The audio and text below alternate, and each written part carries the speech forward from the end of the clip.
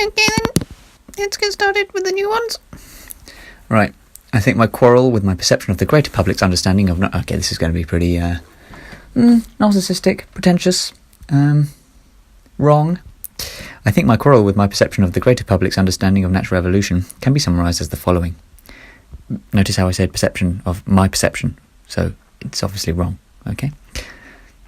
People seem to have the notion that even if it is a conceptual one, there is some kind of force involved, and whilst this is true at one level, people seem to believe it's at a secondary rather than a tertiary level.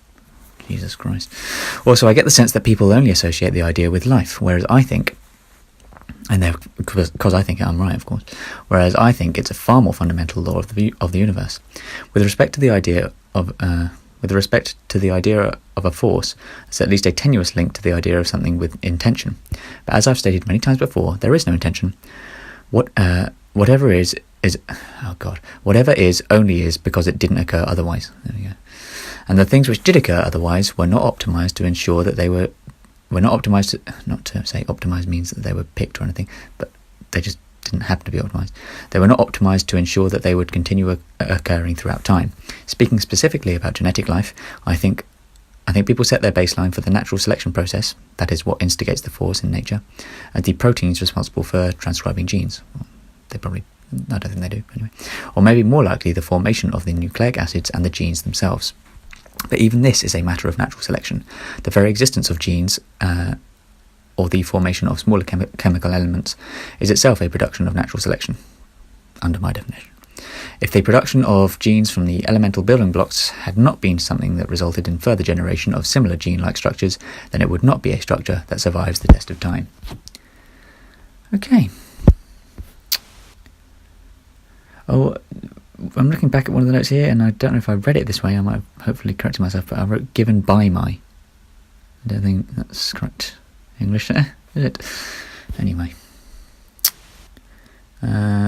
I need to work out why life is worth living if you're not smart. That's something I need to do.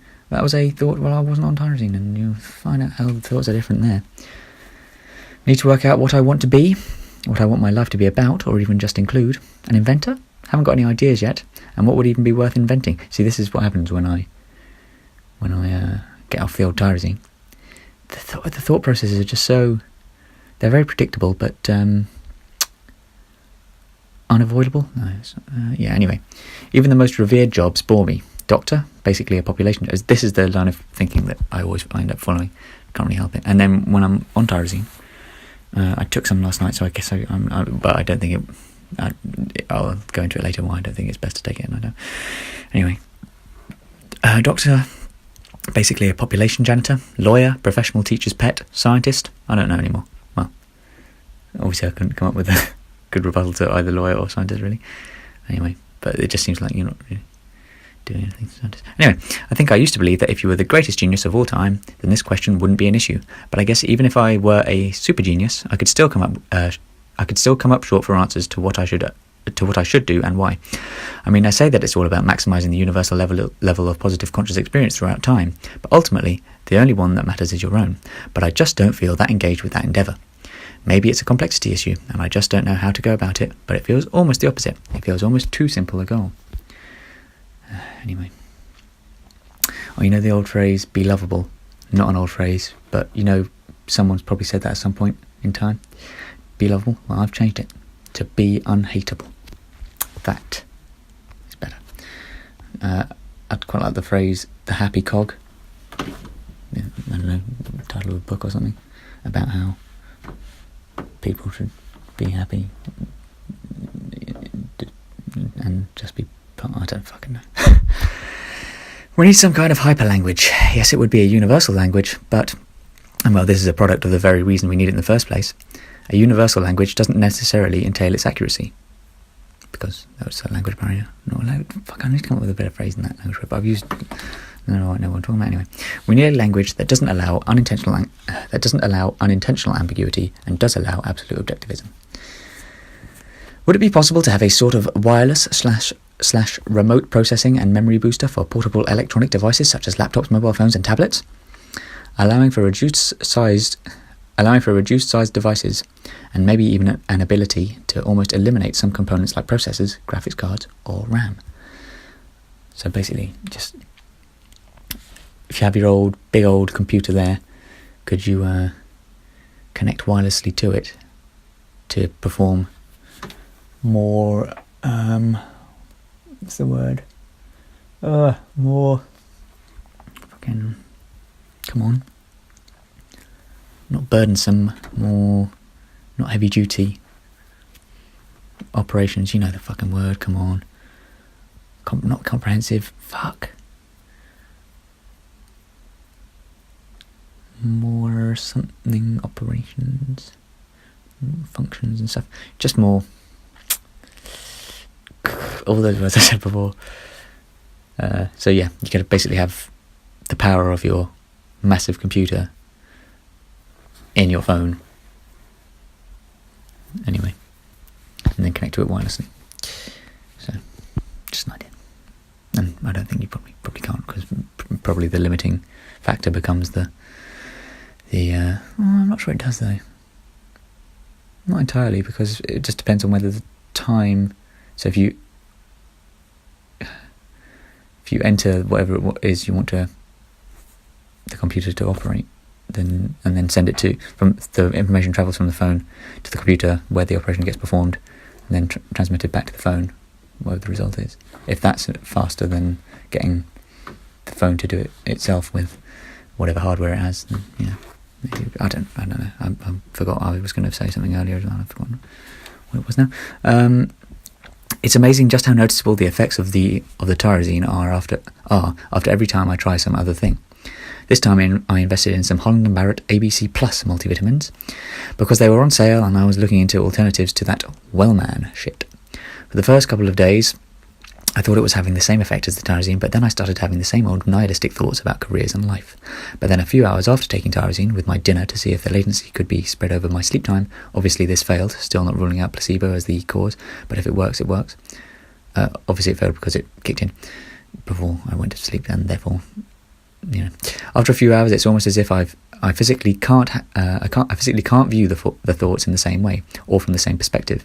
I try to follow the exact same thought trains that leave me so defeated when not on tyrosine, and they just don't go the same way. I don't get caught up in them. Whether I just end up ignoring them or actually kind of answering them, I don't know. I also find myself feeling music more. Sort of like you want to dance, but more like the music is being played in some kind of movie which you're the protagonist in. Not literally, obviously, I'm not delusional much, but more like I'm the guy from Wanted that is destined for something despite his current circumstances. Again, this doesn't capture it at all and sounds utterly pretentious, but whatever.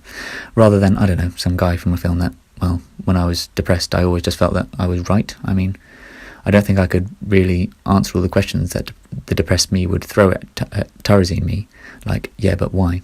That was often the... So when I was depressed, I always imagined talking to...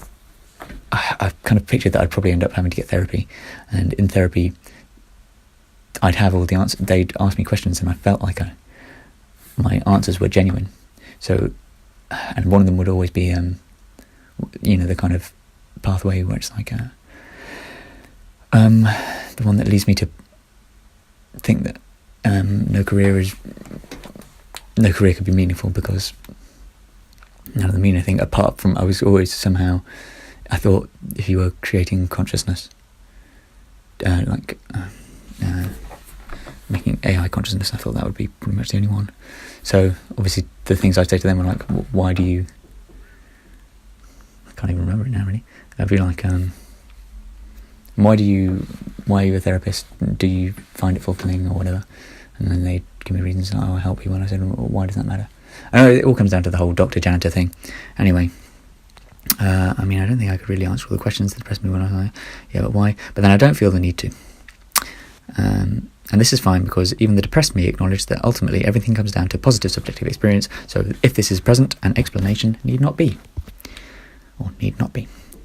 Taking tyrosine with dinner did result in it seemingly taking effect in a shorter time period than when taken with breakfast. However, it seems to have negatively affected my sleep quality. It took me far longer to fall asleep last night, and I woke up earlier, not particularly tired, just having less sleep than I know I would normally require. My idea for how to get people to think more clearly during a debate, where each party tries to argue for the opposite side, would probably be just as useful and probably more easily implemented in critiquing one's own ideas. I think many people, including myself, do employ this technique to an extent when considering certain thoughts and ideas, but not as much as one should.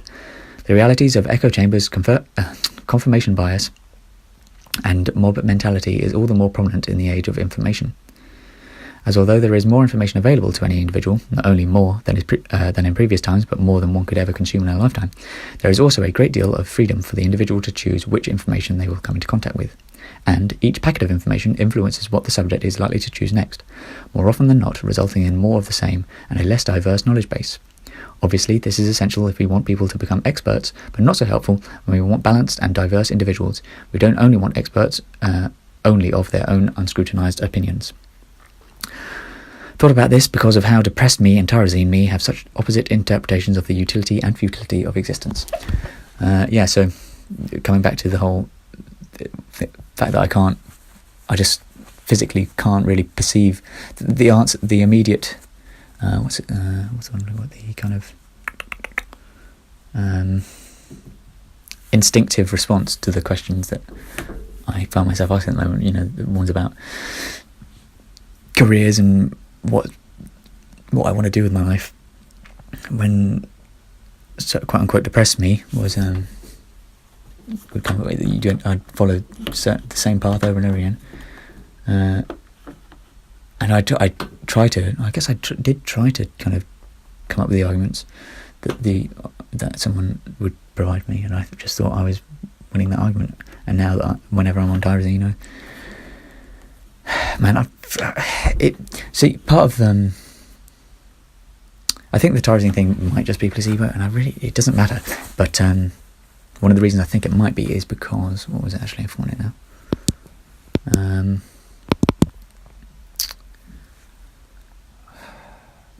Fuck.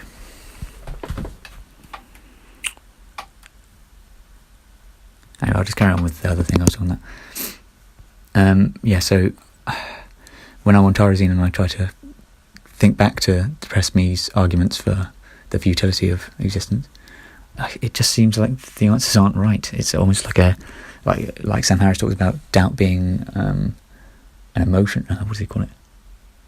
Anyway, it's a feeling.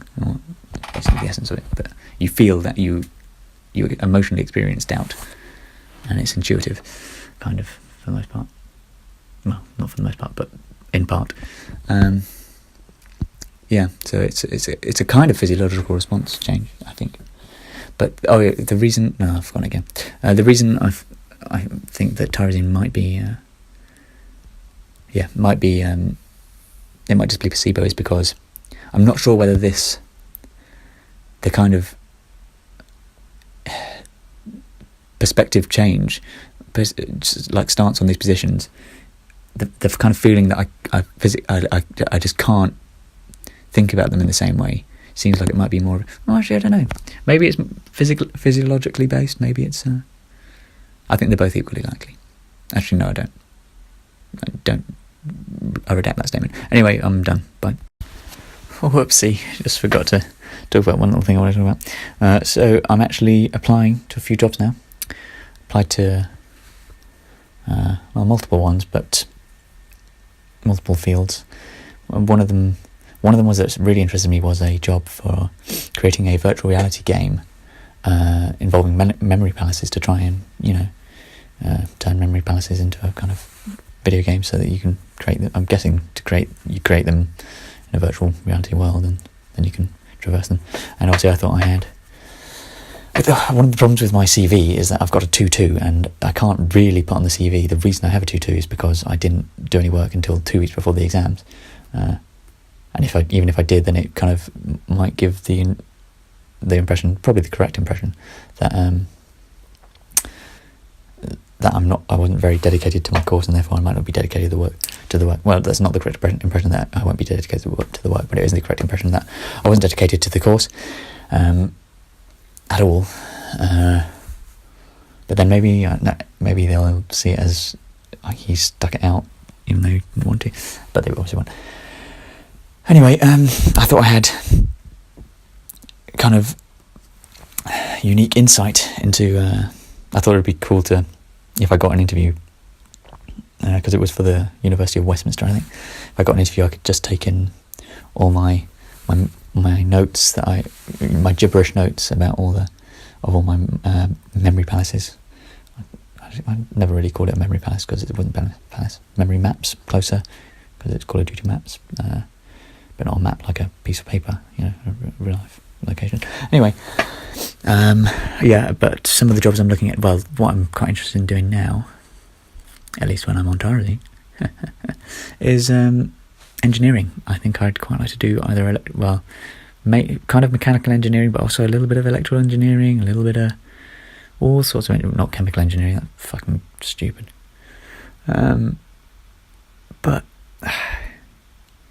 yeah, I'm looking at internships, because obviously I'm not going to fucking get a proper job without a degree, am I? And I didn't even do physics. I got an A in A-level maths, I guess, which helps, but I always thought that not having done physics would be a massive obstacle. Maybe it will be.